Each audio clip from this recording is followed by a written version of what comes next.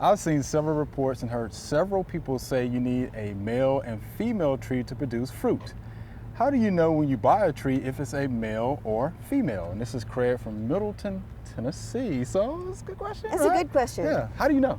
And you know, it's interesting. Mostly this concerns fruit trees, because fruit trees notoriously need a male and a female to pollinate each other. Right. So, but the thing is, most of them are labeled, and in somebody selling fruit trees is going to say, hey, you know what?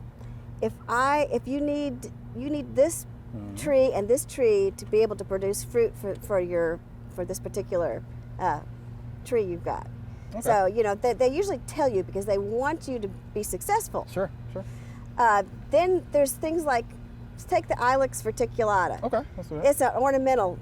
It needs a pollinator too. But the name of the male who I love this. who fertilizes all this is called Southern Gentleman. Oh, Southern Gentleman. Yes, and of course, you know, there's a lot of other, like winter red and a few other things. You know, there's a lot of the females that have, some of them have yellow berries and some have red. So I mean, there's a lot, but the Southern Gentleman pollinates those. Pollinates so those. that's nice. That is how all of that works. Okay. But you're mostly labeled because everybody wants you to be successful. Sure. So they're usually labeled. Sure. Thanks for watching. If you liked it, subscribe. We have hundreds of family plot videos for you to view.